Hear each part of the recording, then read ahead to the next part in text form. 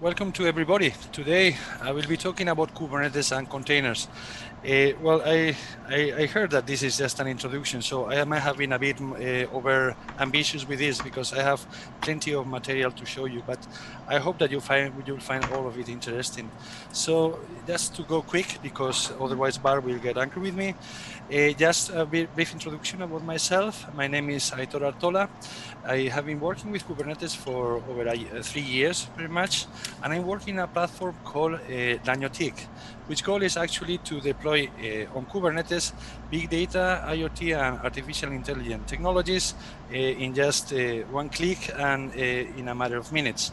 The whole idea behind Lanyotic is to have everything ready so our customers can actually start working with things that are interesting for them, which is actually getting value from their data. So I'm going to move on quick to the presentation now. So the first thing that I'm going to do is a brief introduction of what Kubernetes is. Well, Kubernetes is a software that sits between the applications and the infrastructure. Infrastructure that could be a cloud-based infrastructure or on-premise data center infrastructure. The whole idea is that container, what it does is actually creates an abstraction of this infrastructure, right, in such a way that applications, containerized applications, can work on top of this abstraction without knowing exactly the details of the underlying infrastructure.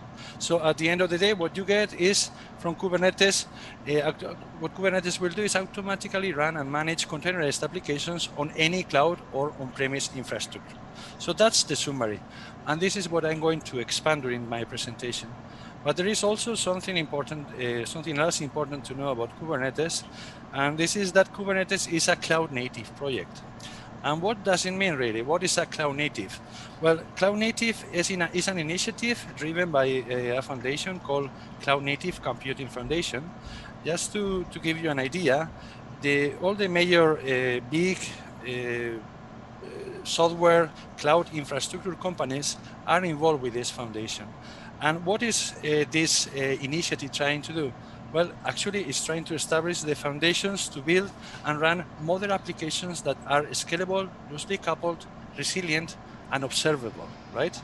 Or then to work on any modern dynamic environment. Here we are talking about the public, private, and hybrid clouds, all based on managed through a robust automation for frequent and predictable high-impact changes with minimal toil, and all of it based on an ecosystem that is open source.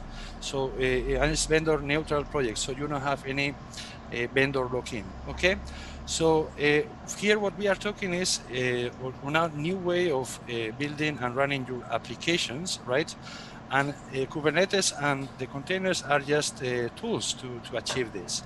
But in order to jump from the traditional way of working with applications and to move into these new modern applications, a new mindset is required, because for this, there will be a need of a cultural change. We need to do things differently. And something like that is not something easy to achieve. For example, looking at the CNCF survey report done in 2020, when it was asked what were the main challenges in using deploying containers, the first one was complexity, which is understandable considering that all this technology is pretty new. But the second one was actually cultural change, the difficulty to address all this new way of working.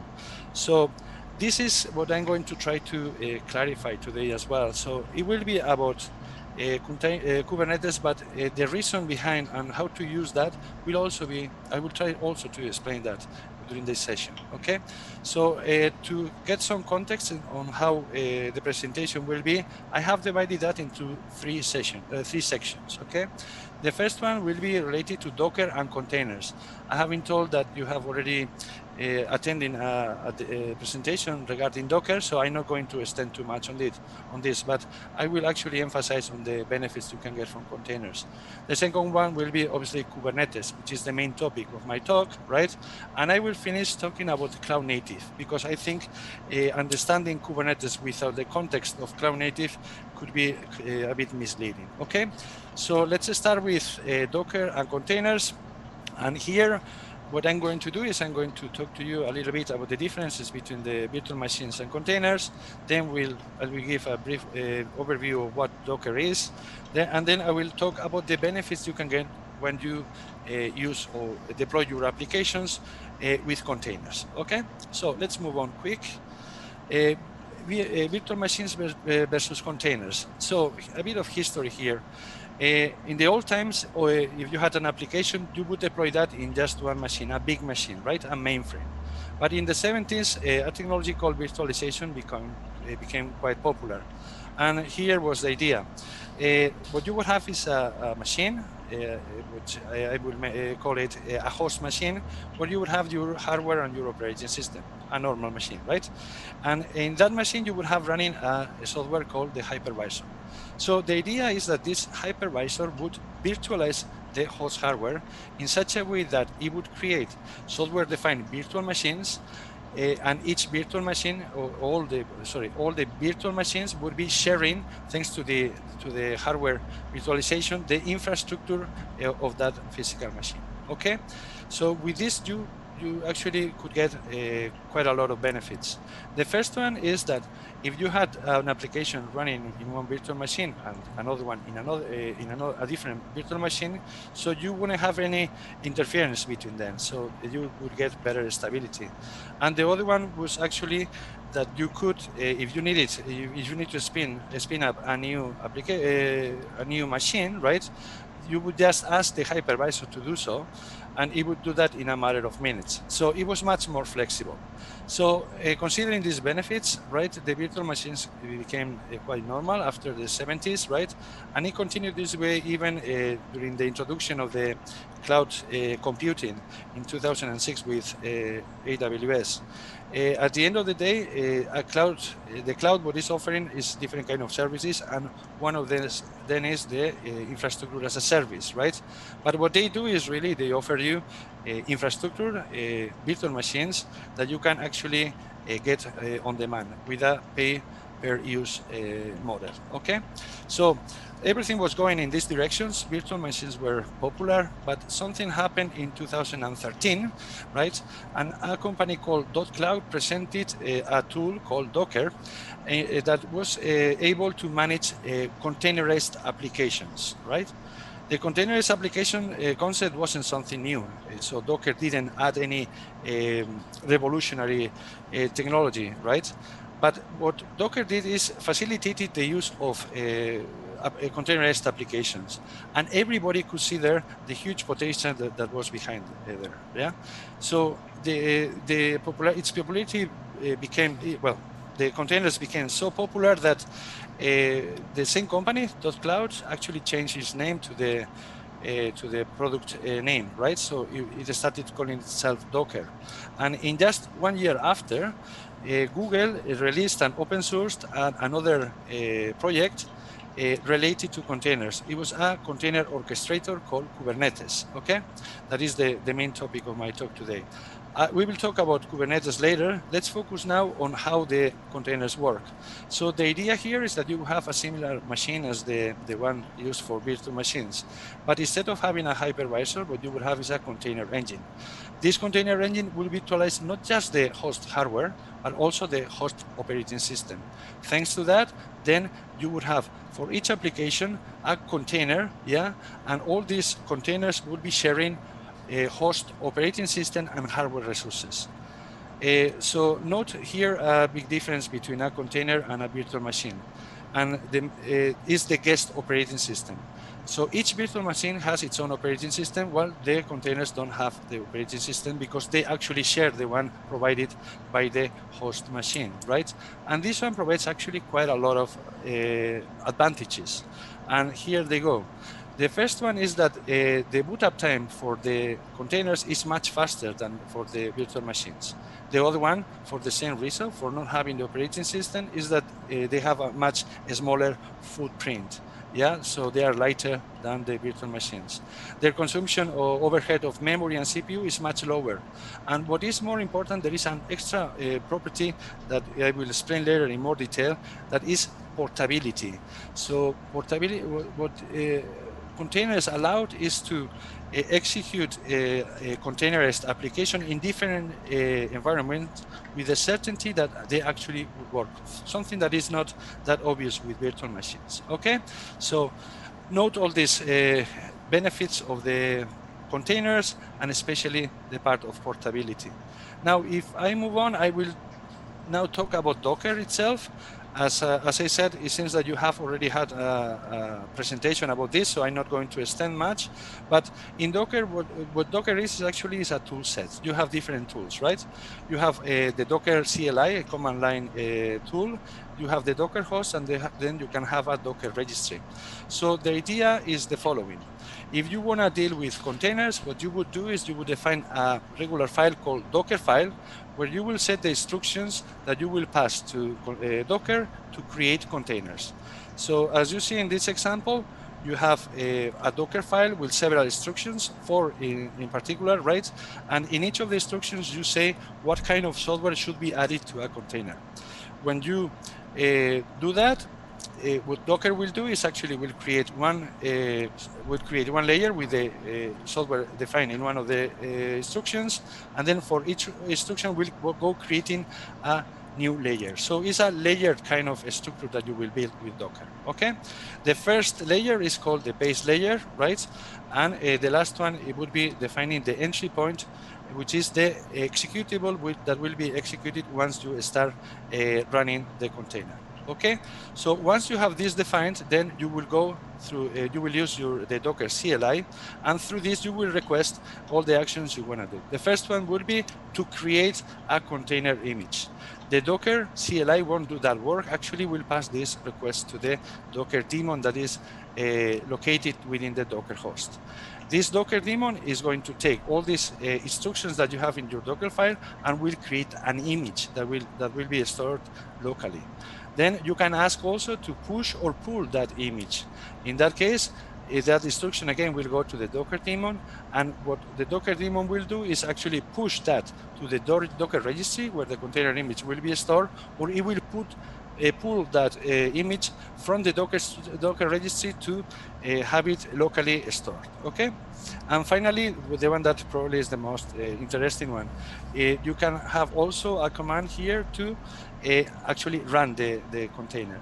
In that case, when you do that, the Docker daemon will actually get the image. If it doesn't have it locally, it will pull it from the Docker registry and will create an instance of that container. Okay, this way you will have that container running in the Docker host machine. Okay, so in summary, important to understand here, Docker builds and manages containers. Okay, it's a toolset that allows to manage containers. Now, I will move more now to evaluate or to analyze the benefits you can get from containers, because I think this is the basis for what I'm going to tell you later about Kubernetes. So let's see some of the properties, and I will go back to one that I mentioned before, portability. And to understand this, consider the traditional way of developing and deploying applications. So what you, as a developer, you would be doing your development with your own local machine, doing everything that you need to do there, like testing and debugging and everything, right? On the other side, you will have the operations guy or the sysadmin, right, that will prepare the different environments where your application will be executed. I'm talking here about test environment, integration, or even production, right? Once you have, the developer has that finished, what he will do is he will deploy that into the different environments. In theory, this application should work, but sometimes, and it's more often than we would expect, that is not the reality. So the application actually doesn't work.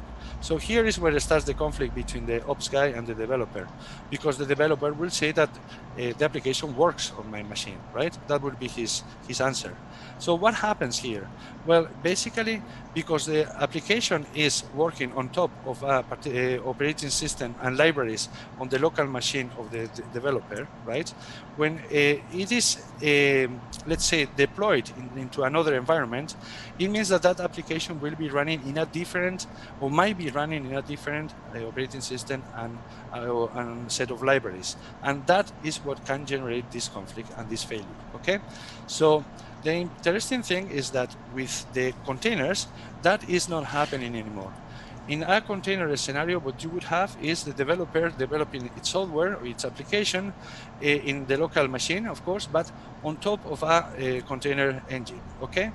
It will create a containerized application, we'll put that into the image registry, and it will be then deployed into the different environment, test, integration, or production. The Ops guy has prepared these environments, yeah, and it will make sure that it has all of them with the container engines. So having this, because you have the container engine and there is no operating system involved, you are sure that the application that you are developing in your local machine is actually working, will be actually working in the different environments you are going to deploy this, okay? So portability, this is what you achieve with the use of containers. So which is the same environment consistency. The other benefit of this is that you have a dev and ops separation of concerns. Yeah, operations know how to do what has to do, and development knows what to do. Development of the application, of course, but there won't be any conflict between them. So everybody will be happy with that. And then the other important thing about portability is that this helps you to establish a more reliable and frequent continuous integration and continuous delivery pipeline, which is something very important, as you will see later when we are talking about the cloud native initiative. Okay, so I'll continue with this. The second approach, the second benefit of using containers is actually reusability. So I mentioned before that through the Docker file, what you can do is you can actually set the different layers that will compose a container image, right? You can request Docker to build that, and then you can push it into the image registry. So the first benefit is actually that somebody else can actually take that machine and benefit from your image, okay? Now, the other interesting thing is that a container image can be actually the base instruction or the base software for a new container, which means that you can actually build a new container image based on the previous one. With this, you would have the software defined in the initial image, and then you would have new layers that you are in a new Docker file that will enhance the capabilities of that new image. And you can continue doing that over and over again.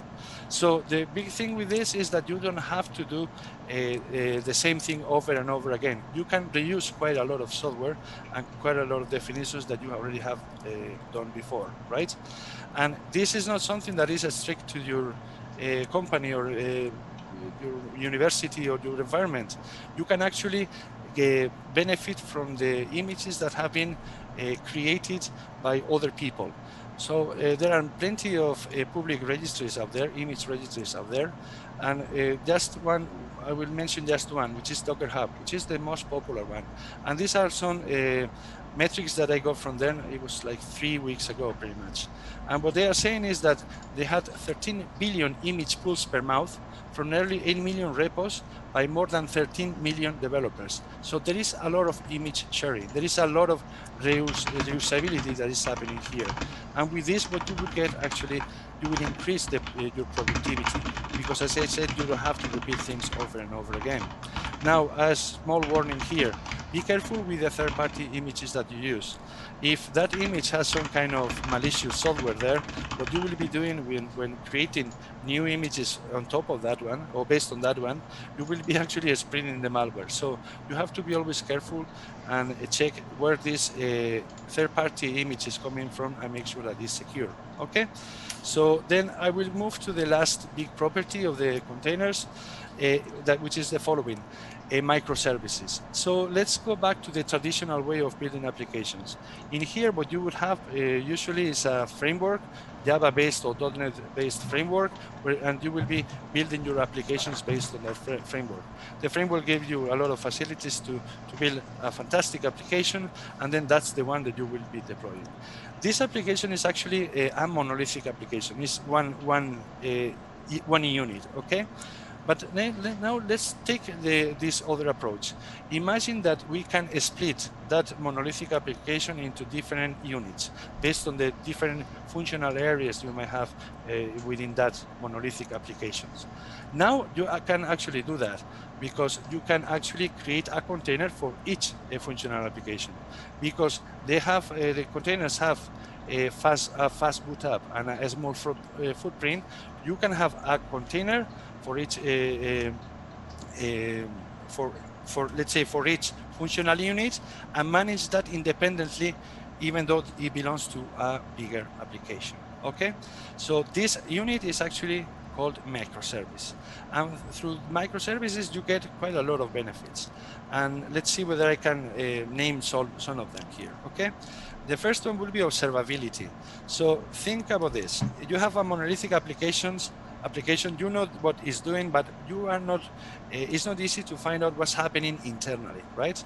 When you have a microservice application, an application that is split into different containers, what you could do is you can actually trace the communication between the different containers and find out different levels of bottlenecks and take actions to improve that. Okay, so the microservices give you quite a lot of benefits if you have the capacity of seeing how they are working between each other. Okay, the other one is elasticity. Imagine that you need to improve one functional area, adding, say, more functionality, more resources. I'm talking here about CPU and memory. So in a monolithic application, that would be difficult. You will have to give resources to the whole application. With microservices, what you could do is actually assign those resources to the specific microservice that you would like to, you like to improve. Okay. And you can even go further with this. What if a microservice is not being used during hours? Well, you can even think about the possibility of destroying that microservice and waking it up later when you need it. So with this, you would have a better use of the infrastructure resources regarding memory and CPU. Okay. The other one is another advantage is agility. So say that you have to do a change in a monolithic application, you would have to do a change, taking care that you don't break anything else within the whole application. And then you would deploy the whole application into production or whatever environment you have to deploy that, right? With microservices, the change that you would do would be focused just on one microservice. And the only thing that you had to update and deploy would be that particular microservices, which gives you quite a lot of agility when you have to do things, okay? And the final one that I will mention is flexibility. So instead of having a monolithic application with just one, built with just one particular programming language, why don't have different containers that are each one built with its own particular programming language? I wouldn't say that that's a good way to go. I mean, it's up to you guys. But the whole point is that microservices allow you to do that. You can go for a more, I don't know, fast programming language like Go or Rust, and build a particular functional area with that one because you are interested in having a better performance in that particular functional area. So flexibility is another of the big advantages you get. So just to finish with this, so regarding containers, you get portability, you get also reusability, and then you can decouple the monolithic application into microservices. These are the main things that make the containers so great. Okay, so I'm not going to extend more on regarding containers. What I'm going to move now directly is to Kubernetes. Okay, and what is Kubernetes? Okay, being how powerful the containers can be when you are building an application, Kubernetes is kind of the next step that you have to follow that to make it really great. Okay, and what it does is actually it orchestrates the management of containers within a cluster of machines, right? Instead of having a container being executed just in one machine, you leave to Kubernetes to decide, yeah, how to handle the containers considering a pool of machines that you might have there. The interesting thing is that to do so, Kubernetes takes an approach called infrastructure as code, yeah, in such a way that what you would hold on a second, I'm getting some messages here. Yeah, there you go. Coming back. So as I said, it uses containers and then an approach called infrastructure as code. Yeah. The idea here is that what you would do is you actually through code, yeah, you will tell Kubernetes what you would like to have, or from how you would like to orchestrate your containers, and based on that one, Kubernetes will take quite a lot of the tasks that usually was given to a sysadmin. Okay. That's what I'm going to try to explain to you during this section. Now, I will divide this into several steps here.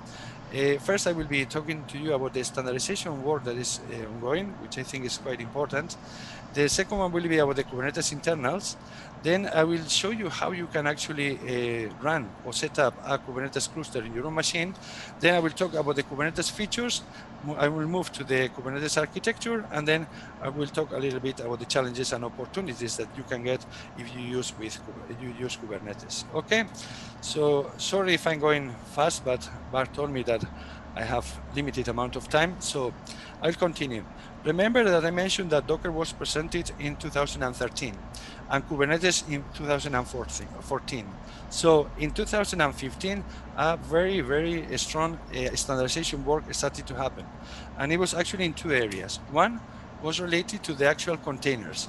Docker released and open sourced its specification regarding containers, and the Open Container Initiative was created under the umbrella of the Linux Foundation. And with this, basically what Docker did was allow other vendors to prepare their own tools to manage containers. So now it's not just Docker that you can use to deal with containers. You have other tools like Podman or Kaneko that you can use to do practically the same. You have to go deeper into them just to see the differences, but in essence, what they do is they manage containers, okay?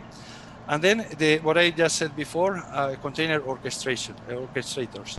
So seeing the potential of the containers, different container orchestrators were created. So there you have Kubernetes, Docker Swarm, and Mesosphere. So the idea, as I said before, is the following. You have a container and you request Kubernetes or any other orchestrator to handle that. So what the orchestrator will do is will execute that container into one particular machine, right? Now, if something happens in that machine, the orchestrator itself will be clever enough to actually recreate that container in another one. So what you get this way, it's more resilience really in the applications of you are building. So they will be ready to handle failure situations of your nodes, okay? That's the big advantage that the container orchestrators are bringing. As I said, there are several of them, Kubernetes, Docker Swarm, and Mesosphere, right? But the truth is that in the last few years, it has been clear that there is a winner, right? And that winner is without any doubt Kubernetes.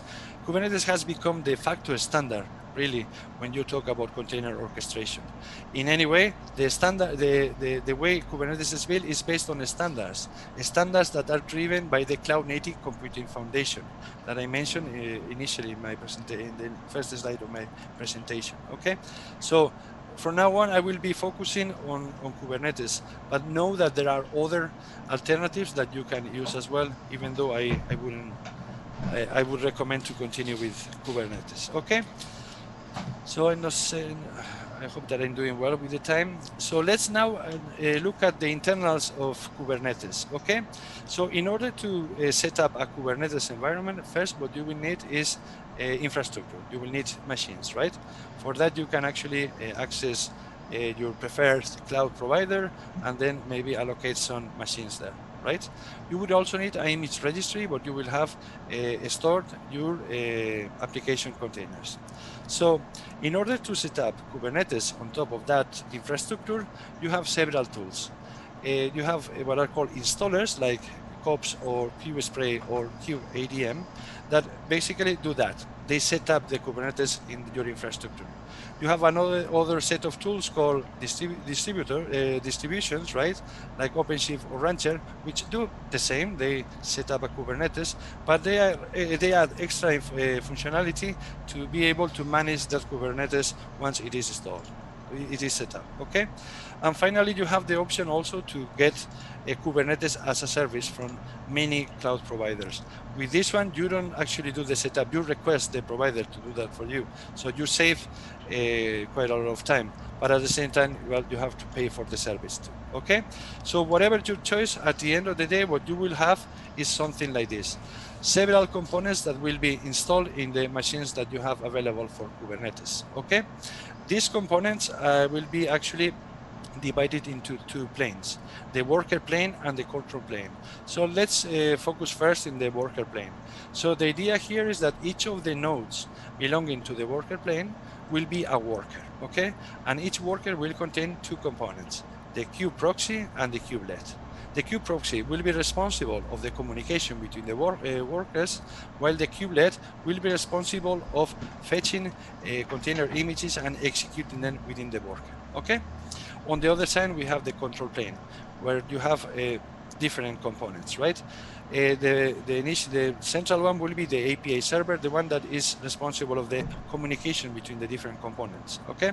Then you have the etcd, which is a database, a key value database, where all the configuration related to the Kubernetes will be stored. You will have some controllers, and then you will have a component called the scheduler that will be responsible to decide what workers should take care of each container that has to be deployed, okay? And finally, the cloud controller manager that is responsible of interacting with the cloud infrastructure, so to perform actions like, for example, auto-scaling or downscaling machines, right? Or assigning or releasing load balancers, okay? So once you have that ready, what will happen is that you will have a Kubernetes environment, a cloud-native environment, and all the orchestration will be managed by the control plane together with the worker place, where you will have all the containers that you deploy. And how would it work? Well, in order to access to this Kubernetes, to any Kubernetes, what you can use is a command line tool called kubectl. And through this kubectl, what you can send instructions to Kubernetes through YAML files. The YAML files will have, let's say, a definition of the infrastructure as code, of course, that you would like to have for the applications, containerized applications you want to deploy. Then when you send that, that will go to the API server, and then the API server will be responsible of distributing that in such a way that the scheduler will decide in what worker this new container should be created. That information will reach the kubelet that is running in that worker, and then the kubelet will be responsible of getting the image for that particular application that we want to execute, and it will run that on that worker. In this way, you will end up with your applications running on top of these workers, thanks to all this process that I just mentioned. Okay, so maybe I'm going fast with all this. I hope that you got this clear, right? Now, the question is, would you need to have a lot of infrastructure to set up a Kubernetes? Well, the answer is no. You can actually set up Kubernetes in your own machine, okay? And you can do that even on top of the Docker engine. There are several tools that are available out there, like the Minikube, Kind, or K3D, that allow you to create a Kubernetes environment. This Kubernetes environment will be running, for example, in Docker containers, right? And they will provide this Kubernetes environment. So as you see here, you have 4 nodes in this example, 4 nodes that belong to that contain the Kubernetes components, right? They will be the ones connecting to the image registry. So what you would do is, with the same as you did for production, you will have the kubectl command line tool to connect to that cluster, and then through the same YAMLs, you can actually deploy that on top of this Dockerized Kubernetes. Okay. Now, to see that how easy something like this could be, what I'm going to do now is a very quick demo. So I hope that you see now my screen, right? No, don't worry too much about seeing the details, but just to have an idea, what I'm going to do is I'm going to create a Kubernetes cluster now. For that, you need 2 tools to be installed in your machine. You need to have a kubectl installed, and then K3D. If you have them, you can actually create and use a cluster in your own machine. What I'm going to do now is I'm going to call this, run this command, K3D command, and as you will see now, I hope that it works, right? What this will do is actually will create containers that will contain all the components that are part of the Kubernetes setup. In here, I'm giving quite some information. For example, I'm calling my cluster dev-liniotic. I'm saying that it should have just one node for the control plane and 2 workers, okay? So when you request that, K3D will talk to Kubernetes and will actually create the Docker containers with the corresponding components, okay? So in a matter of 30 seconds, you already have a cluster available. Just to make sure that everything is okay, let's check how many nodes. I will be using the kubectl command, and let's see how many nodes are identified by the Kubernetes you just installed. Okay, let's have a look. I'm going to clear that first, and let's check this. So as you see here, you have one that is belonging to the control plane, and then you have 2 more that will be your workers, right? Now I can check also what containers are installed right now. If I do this quickly, you will see that I have during the setup several containers had already been deployed. Okay, what I'm going to do now is actually I'm going to deploy my own application, and for that I have prepared something very simple here.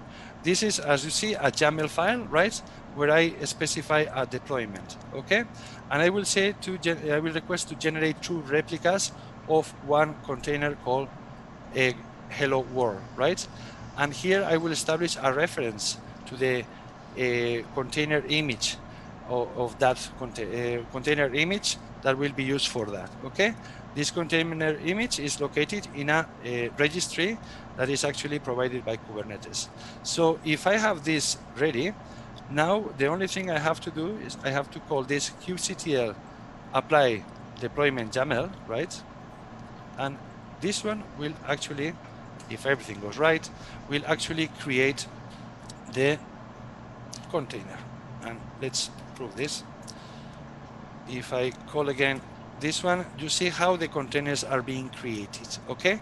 As I said, there would be 2 replicas, so it has created 2 containers, right, with that particular container image, right?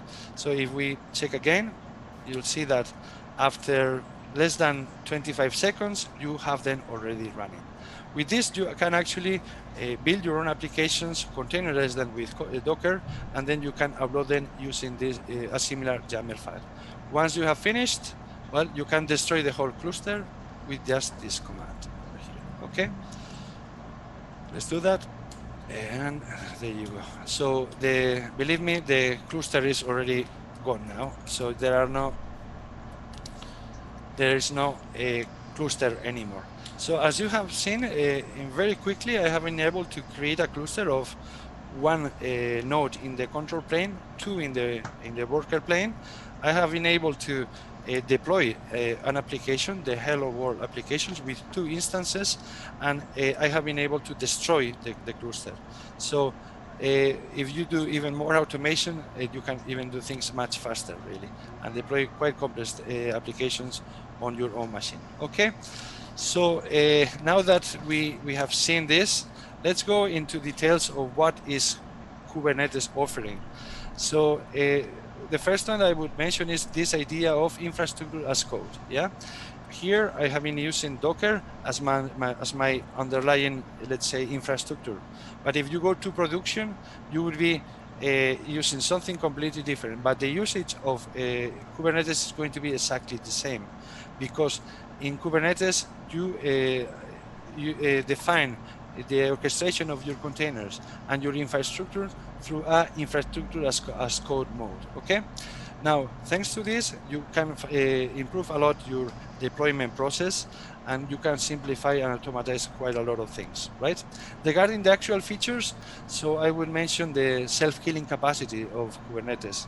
If you have a container running in one machine, and as I said, something fails in that machine, Kubernetes will take care of that and will actually recreate that same container in another worker. Okay, so somehow it is doing a lot of the work that before it was doing manually by a sysadmin guy. Okay, it can handle service discovery and load balances.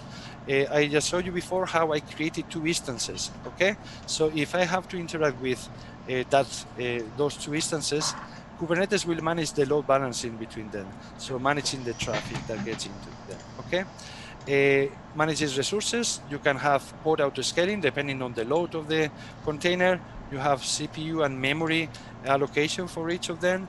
You can do rollouts or deployments as I did before, but then you can also have rollbacks if you deploy something that you don't like how it is behaving. It handles also the configuration. You can deploy there, you can define secrets, configurations of the containers, even network policies to establish the communication between different containers, and it can also handle the storage orchestration. Okay, so for if you want to know more about the storage orchestration, well, there you have the data on Kubernetes community, which you will actually learn quite a lot of how this is being managed. Okay, so now at the end you will end up with something like this: an environment, a physical environment, like with load balancer, storage, network, nodes, all that being managed by Kubernetes, that offers several interfaces through the Cloud Controller Manager, the Container Neighbor interface, and the Container Storage interface. That and then within that, just containers that are being executed. We don't know in what machine. Kubernetes will take care of that, and we'll make sure that they are always up and running. Okay. Now, to finish, just a few challenges that we will face, challenges and opportunities, I would say. Regarding security, you actually doing it right, you can have much more secure applications. And why is that? Well, what Kubernetes provides is two extra layers of security that you can apply there.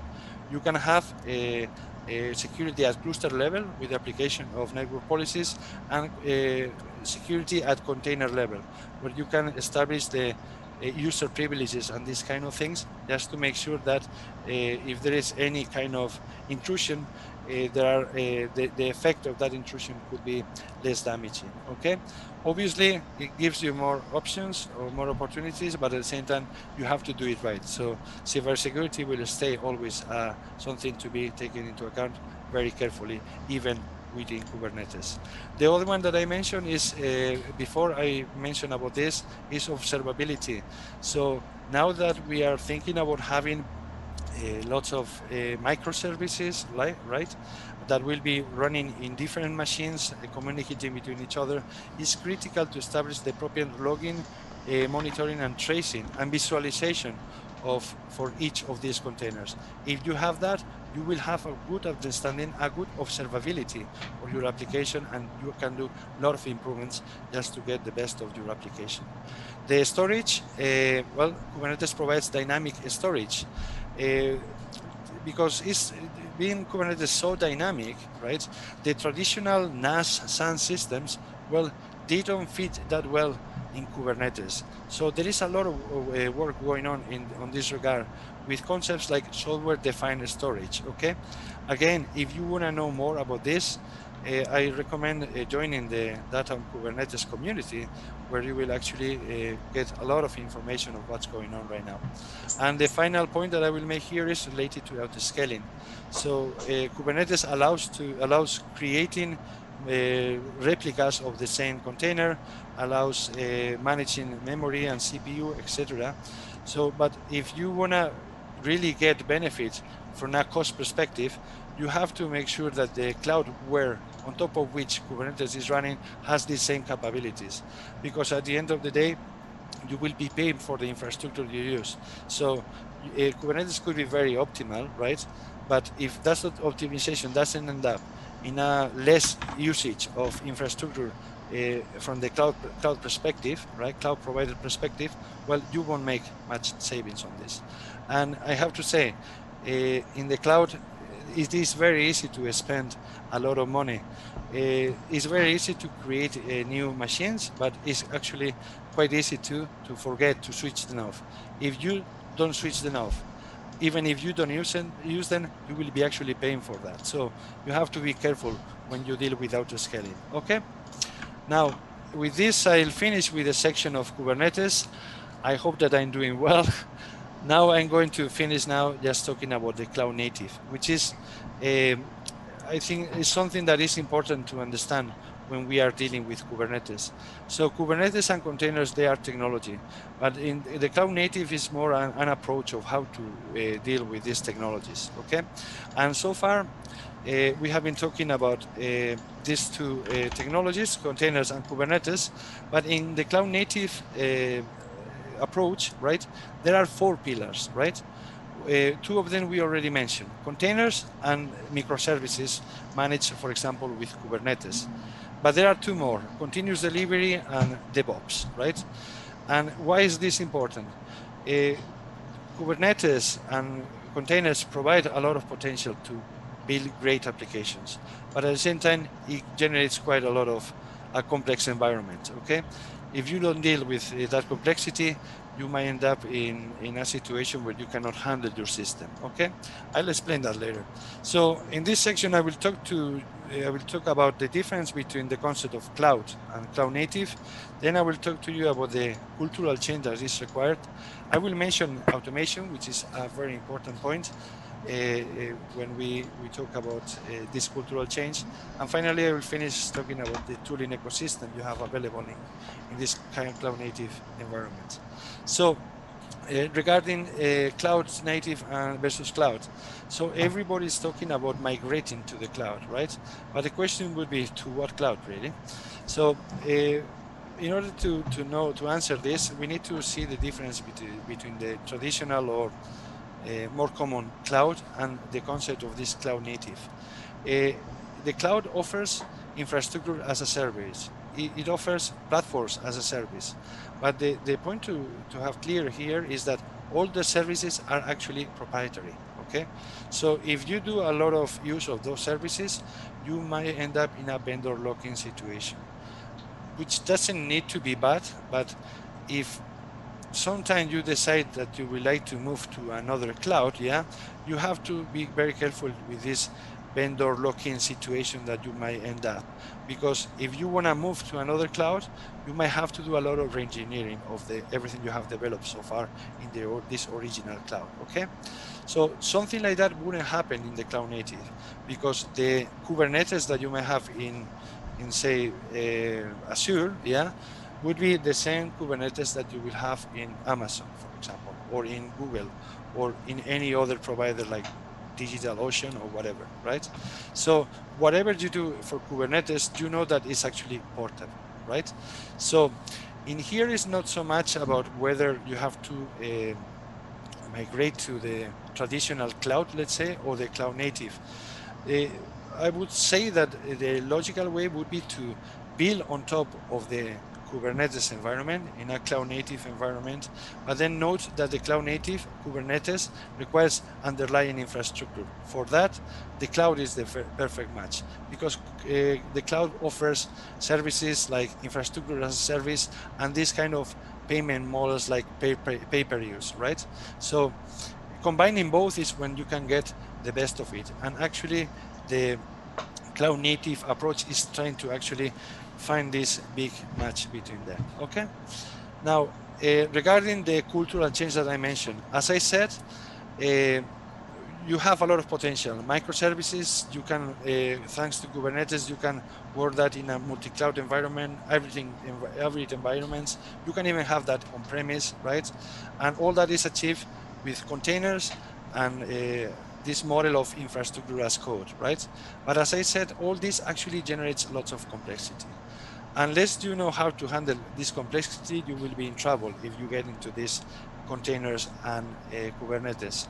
And in order to handle complexity, you have to have very clear you have to understand, and the whole organization actually has to understand the Agile and DevOps principles. That's essential. I'm not going to extend much on these 2 topics because this would be really another session.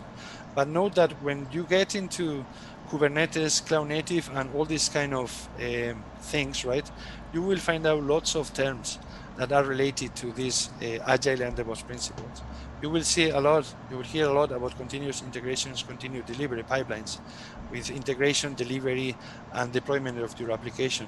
You will hear about GitOps, MLOps or machine learning ops, DevSecOps, security operations, right?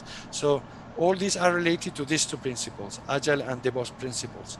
So keep in mind that you have to understand really how to manage the complexity that these new modern applications are bringing. And now, just to finish, part of this complexity, right? The way to handle that is automation. You need to establish, when you go seriously with containers and Kubernetes, you must establish a proper automatized continuous integration, continuous delivery, and continuous deployment pipeline. If you don't do that, you will have difficulties to have frequent high impact changes into your application, which is one of the main goals that that the cloud native approach is trying to push for. The same with the day two operations. You will need to automatize, once you deploy the applications, how to handle that. Things like backups, security checks, all these kind of things. If you don't do that, due to the complexity of these applications, you will end up doing a lot of manual work and you will have a very low productivity. If you want to know how good you are in applying the Agile and DevOps principles, well, just check how often you deploy your applications into production. If you are doing that every 3-6 months, that means that you are still in the waterfall area. So you have a lot of things to do there to improve. If you are doing that weekly or bi-weekly, well, you are very close. You are doing pretty well. But if you, in order to get really excellence in the way to have these frequent high impact changes, you should be thinking of having the deployments done every day, several times a day. Okay, until you don't achieve that, you haven't reached that excellence level. So automation, and more automation, and always include security, of course, in this automation, right, is the key to be successful with Kubernetes and containers. And if you do that, actually, I can guarantee you that the developers and ops will be happier. Developers and ops want to build new things. They want to make a change, right? Make an impact in the business. If they spend their time just I don't know, fixing things, actually, they won't be very happy. And these days, that it seems like the retaining people is so difficult. Well, unless you provide something like this, you will have many chances of people leaving the company to find something better. Okay, so I will finish now, definitely, just talking about the tooling that you will find here. There is a lot, so I'm not pretending here to say what tools you have to use. It's just to give you an example. What I did is actually divided into several areas. So I'll start with the containerization. Tools to create images, Docker and Podman. There are many more. Image registry. You have the Docker Hub, and you can, which is public, yeah, and you can use that. Or you can build your own registry. You have hardware there, which is a very useful tool. To check the security of your containers, then you have Docker, you have Trivy, Anchor, Claire, plenty of tools that allow you to check the vulnerabilities of your images, right? Container images. If you want to create a cluster, what I said before, installers like QADM or distributions like Rancher can help you to do it by yourself. But if you don't want to do that and you have the money to do so, you can actually get the services of a cloud provider that provides a Kubernetes as a service. Okay, so for development, use this Minikube, Kind, or K3D tools that I mentioned before. As you saw, it's very easy to set up a Kubernetes in your machine. So you can use these tools for your development process. Now, automation. For provisioning the infrastructure for your own Kubernetes, you have good tools like Terraform or Pulumi that allow you to do that in a infrastructure as code way. Okay. Regarding the continuous integration, continuous delivery pipeline, many tools that are available, a lot, right? But you will be probably using Git or something similar. You have GitHub Actions, Jenkins, that is it has been with us, I think, for forever, like 20 years, and then tools like Argo CD that help you implement GitOps strategies. Even for development, when you are doing your own code, you have two tools there that are very useful, Scaffold and Octet. Regarding orchestration, the one I mentioned before, kubectl, when you start building containers or you start deploying microservices, you will notice that you will have lots of YAMLs. So there are tools like Customize or Helm that allow you that help you out to manage the big volume of YAMLs that you will end up, using templates and similars. And then finally, a bunch of different projects that are available for you and that you can use for monitoring, for creating a serverless environment, for managing storage, for security, for service mesh environments, for backups. So there are plenty available out there. I just mentioned a few here, but believe me, the number of projects that are out there is just amazing. Again, you can go to the data on Kubernetes channel, and then every day probably you will see a new project being presented that is more than likely open source. Okay, now this amount of tools could be overwhelming, so if you are just starting, my advice actually would be to go with something smaller, right? My working with Linux is always a good thing, because many of these tools are very much Linux based. If you want to learn about Kubernetes, about containers, sorry, you will use Docker. I think it's a great tool that you can still use and learn all the details of how to manage containers. And if you want to start playing with Kubernetes, build the cluster in your own machine, right? You have Minikube, K3D, also the kind tool that I mentioned before. Just do it yourself, install also kubectl, and then you can start taking different projects and installing them in your own machine and trying to and learn how to use them. Okay. Woo, I think I took maybe longer than expected, but I promise I'll finish now, right? So some takeaways here. Fine. Sorry? You're good. Don't worry. Okay, great. Thank you, Bart. So some takeaways. Kubernetes and containers are part of a paradigm shift. Yeah, the one I told you. It's a change in the way we build applications. So Kubernetes is also a cloud native project. Okay, the cloud native approach promotes a cultural change to build and manage modern applications, and this cultural change is something difficult to achieve because we are already used to do applications in one particular way. Moving into this other way of managing this is going to be hard for many. Okay, and then maybe the last takeaway: all big software cloud infrastructure companies and a great community are backing Kubernetes and containers. So now is the time to start with this. And my advice will be to go cloud native with Kubernetes and containers. Okay, I'll finish with that. Thank you for your time. I hope that I didn't extend too much, right? And probably this was something longer than a brief introduction of Kubernetes, right? Here you have my details, right? If you want to contact me, well, you can check our LinkedIn channel in Daniotic, and I am also within the Data on Kubernetes Slack channel, so I will be there.